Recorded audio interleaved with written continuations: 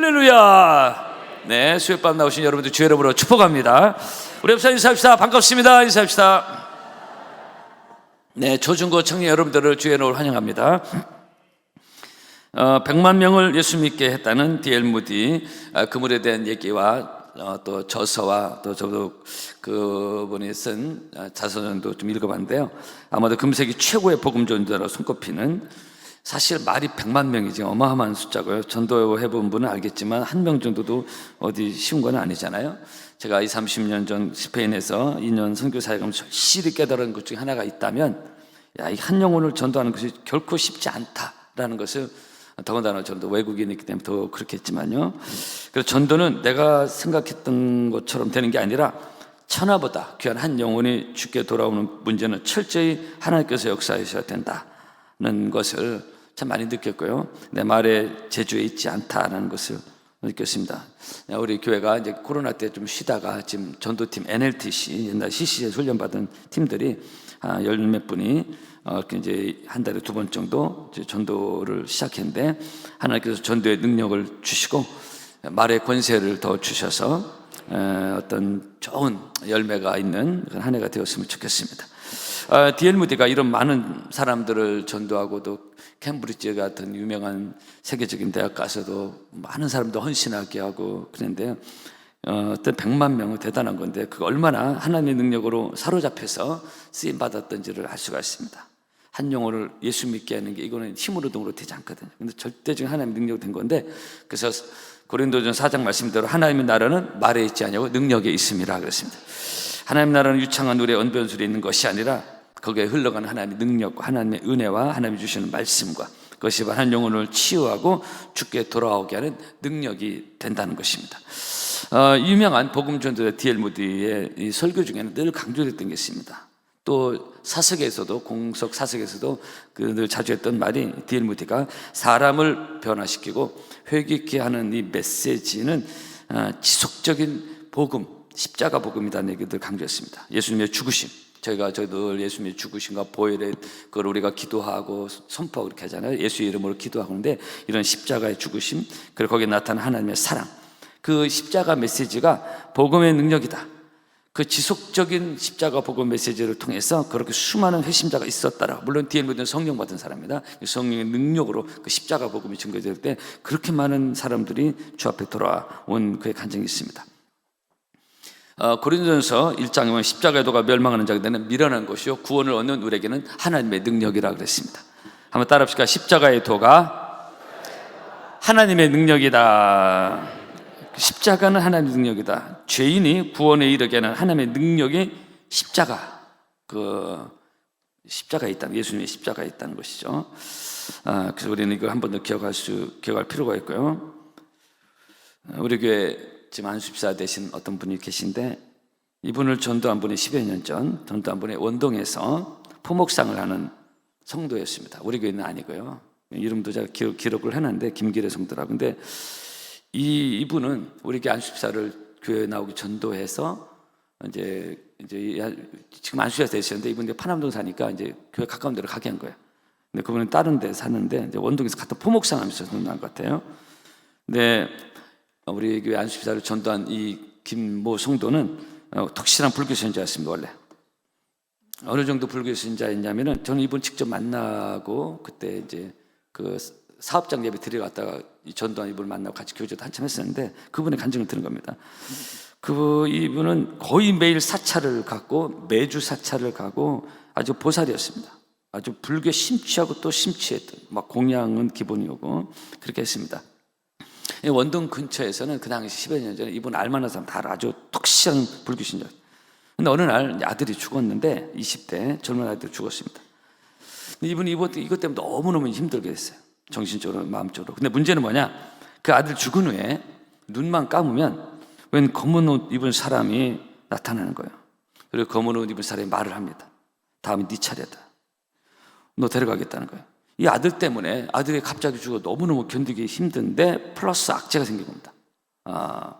이 사람의 공포와 두려움과 잠을 잘 수 없고 불면증, 아무리 부처를 찾아도 해결이 안 되고, 사찰을 더 많이 가고 공양을 더 많이 해도 이 검은 옷 입은 사람이 계속 사라지지 않는 것입니다. 그러다가 여차여차해서 하나님의 뜻과 섭리가 계셨겠죠. 이분이 전도를 받게 됐고, 그리고 이분이 복음을 들으면서 십자가의 능력을 알게 됐고, 어느 날 이 검은 옷 입은 사람이 나타났을 때 손가락으로 십자가 표시를 하고 십자가를 예수님의 십자가로 선포를 하니까 순식간에 그 검은 옷 입은 사람이 사라진 것입니다. 다시는 그 검은 옷 입은 사람이 나타나질 않은 거예요. 평생 불경에만 심취하던 살던 이 사람이 교회의 십자가의 능력을 체험한 것입니다.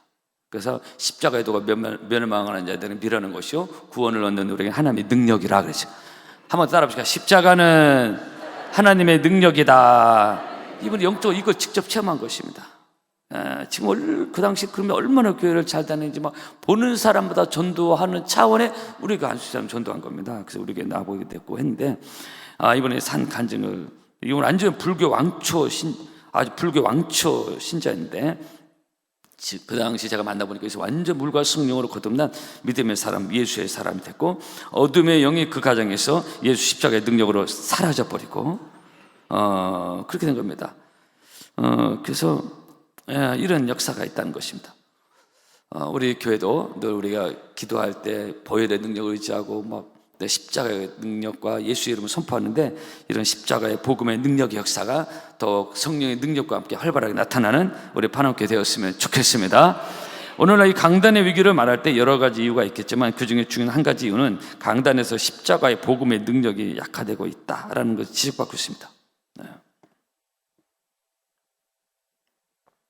오늘의 유럽교회가 십자가 복음보다는 자꾸 딴소리하고 인본주의 사상, 성공 사상 뒤섞이고 흘러가다가 성령의 능력도 없고 복음이 선명하지 않고 십자가가 사라지고 그러면서 영적 침체가 일고 교회가 힘을 잃어버리고 이렇게 되는 거예요. 여러분, 기독교는 좋은 소리만 듣는 그런 수준에 머무는 종교가 아니잖아요. 성공신화나 외치는 예수 믿으면 복 받고 여기서 이런 수준은 끝나는 게 아니라 기독교는 생명의 종교고, 예수님이 나는 부활이요 생명이니, 그렇죠. 나를 믿는 자는 죽어도 살겠고 무릇 살아서 나를 믿는 영원히 죽지 않아요. 그래서 요한복음 6장에 예수님이 하신 말, 내가 너에게 이른 것은 살리는 것은 영이니 육은 무익하니라. 내가 너에게 이른 말이 영이요 생명이라고 했습니다.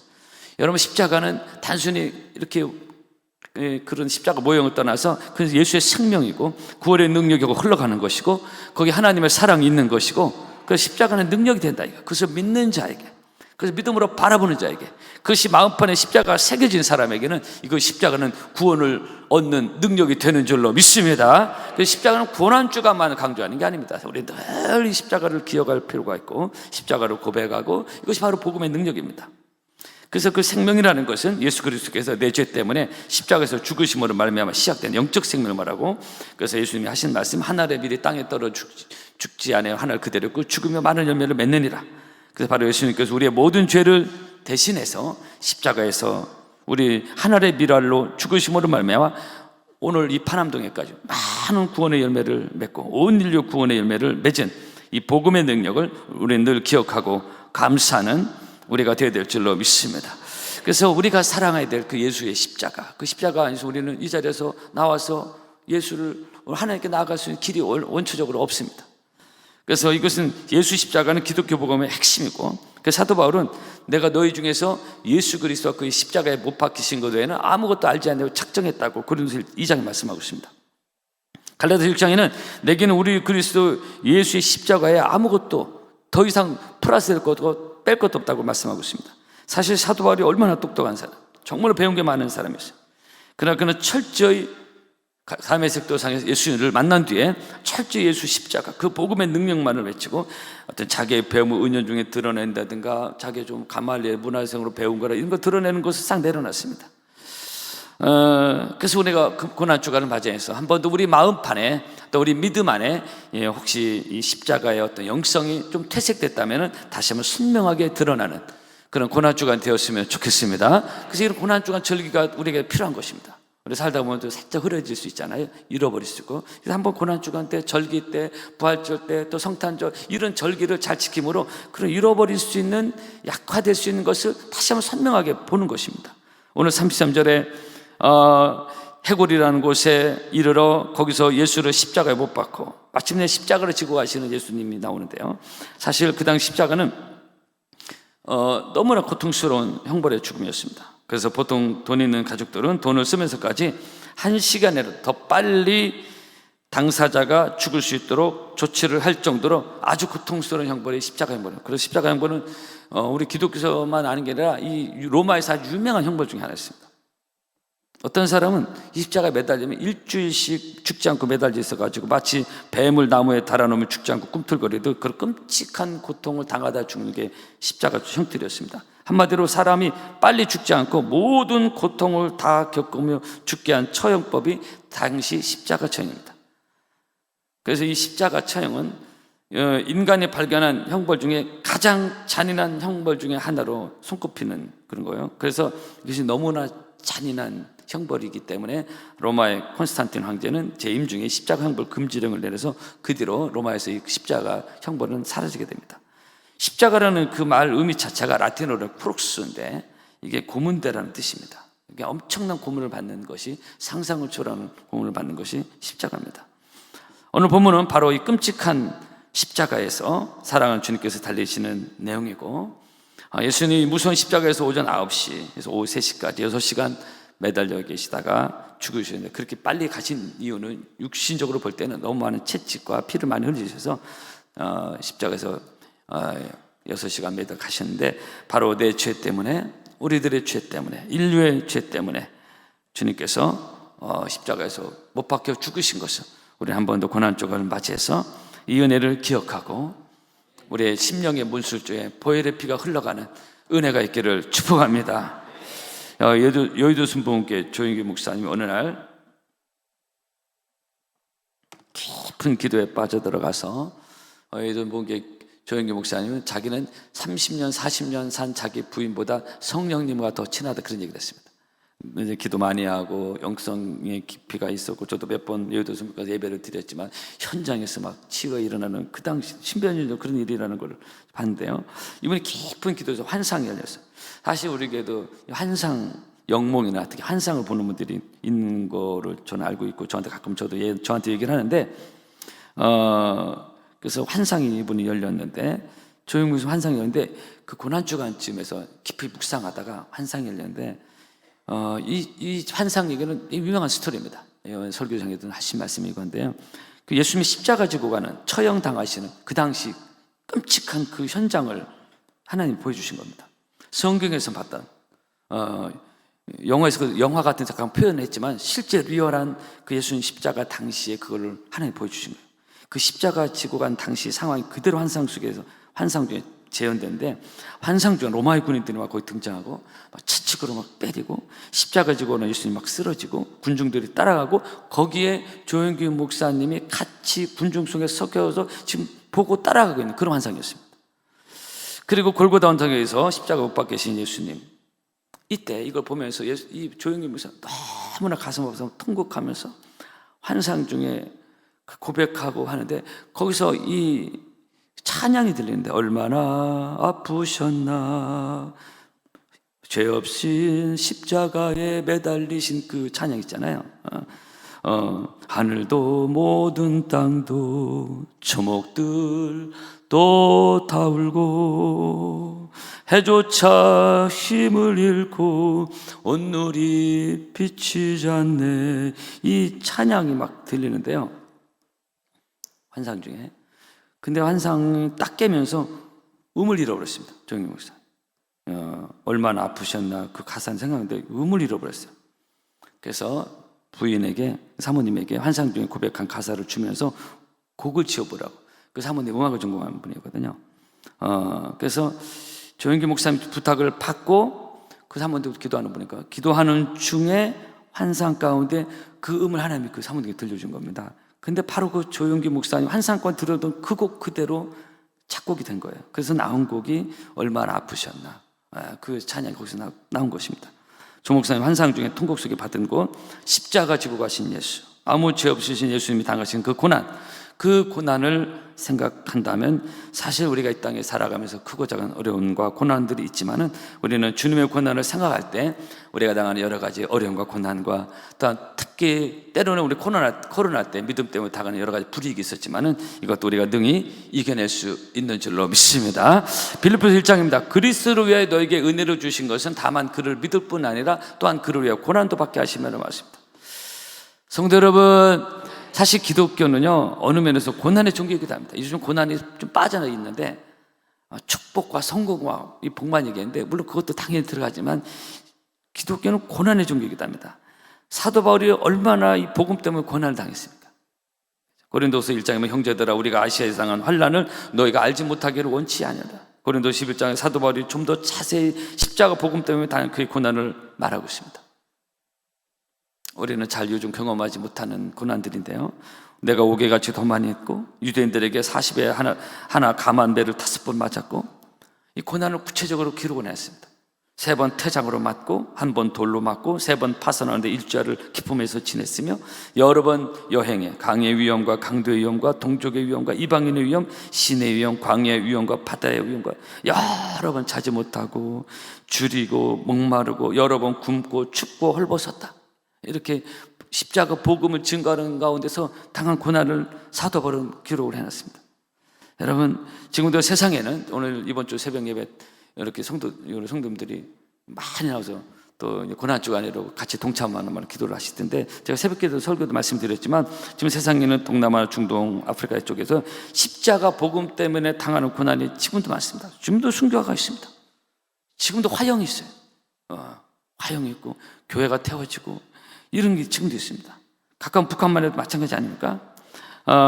그래서 우리는 지금 이 신앙에 그냥 자유가 있고 어떻게 예배하든 누구도 뭐 잡아가고 그런 건 없지만은, 그러나 부분적으로 또 아직도 안타깝게도 여러 가지 예수 믿는 곳들은 핍박이 있는 경우도 있습니다. 아니면 시대교를 통해 여러 가지 난평을 통해서 하나님께서 그 고난 가운데 있을 때 하나님께 우리에게 셈을 부어주시고 특별히 은혜 위에 은혜를 부어주셔서 십자가의 주님을 생각하며 고난의 주님을 생각하며 승리할 수 있기를 바라고요. 그래서 이런 고난 주간을 맞이해서 한 번 더 내 인생 가운데 경험되어지는 그런 고난과 어려움을 주님의 십자가를 생각하며 우리는 잘 감당하고 끝까지 믿음의 길을 잘 달려가는 여러분 되기를 축복합니다. 여러분, 주님 한 번 더 말씀드리지만 말할 수 없는, 우리가 제가 어떻게 표현할 수 없고 그걸 어떻게 좀 표현해 보려고 수년, 10여 년 전 패션 오브 크라이스트라는 영화는 굉장히 많이 표현이 잘 된 것, 멜 깁슨 감독이 했던 거, 기독교 영화의 대작이 돼버렸는데 그 굉장히 리얼하게 표현한 부분이 그 영화이기도 했습니다.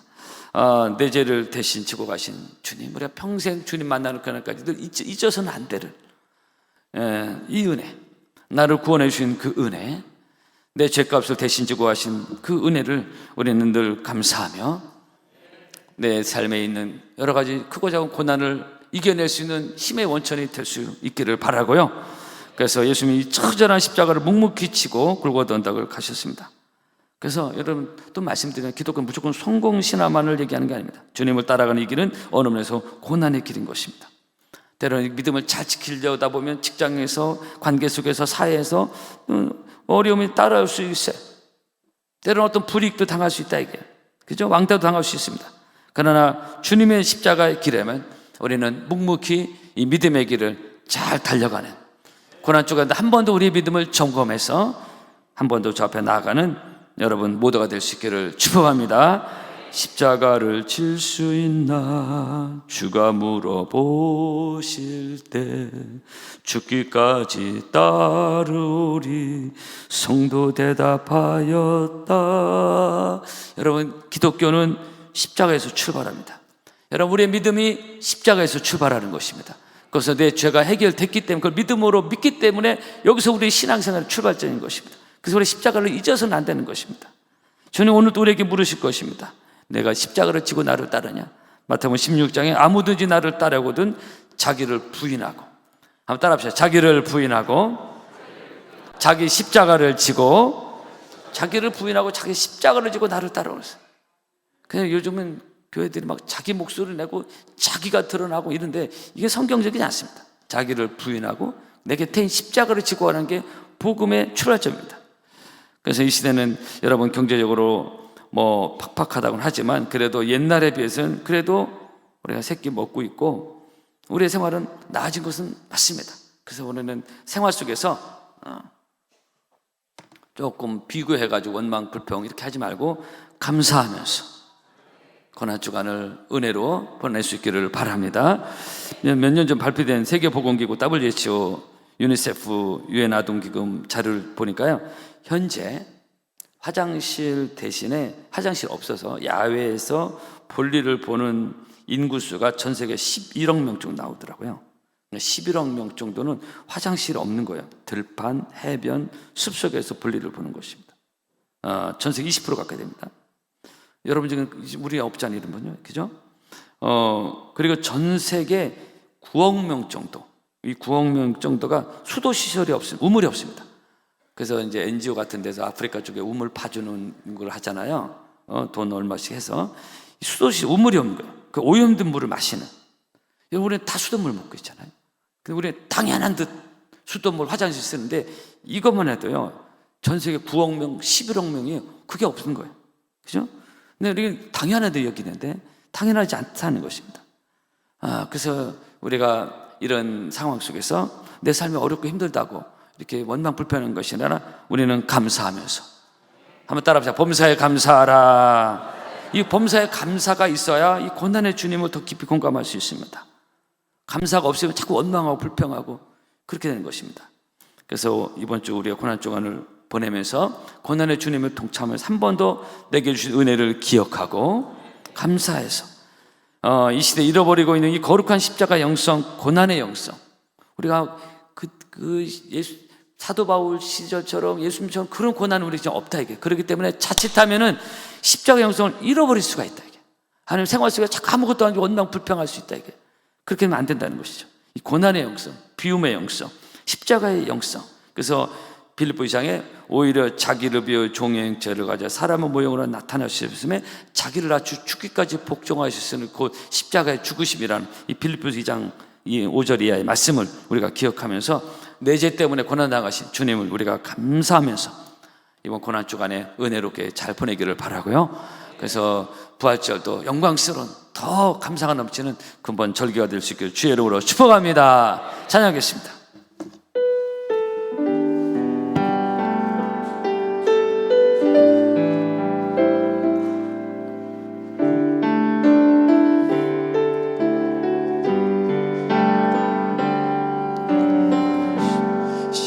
십자가 그 사랑 멀리 떠나서 무너진 나의 삶 속에 잊혀진 주의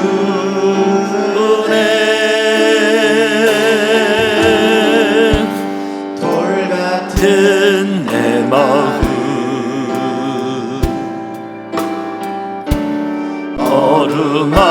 어루만진 삶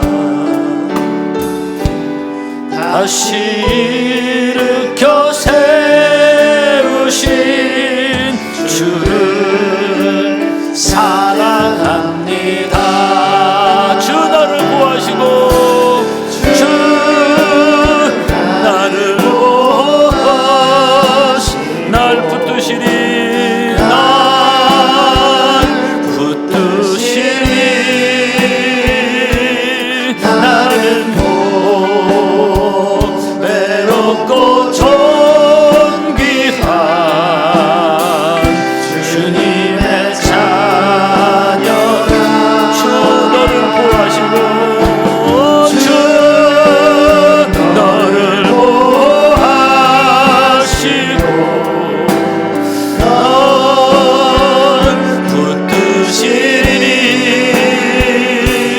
너는 외롭고 존귀한 주의 지나간 일들을 기억하지 않고 지나간 일들을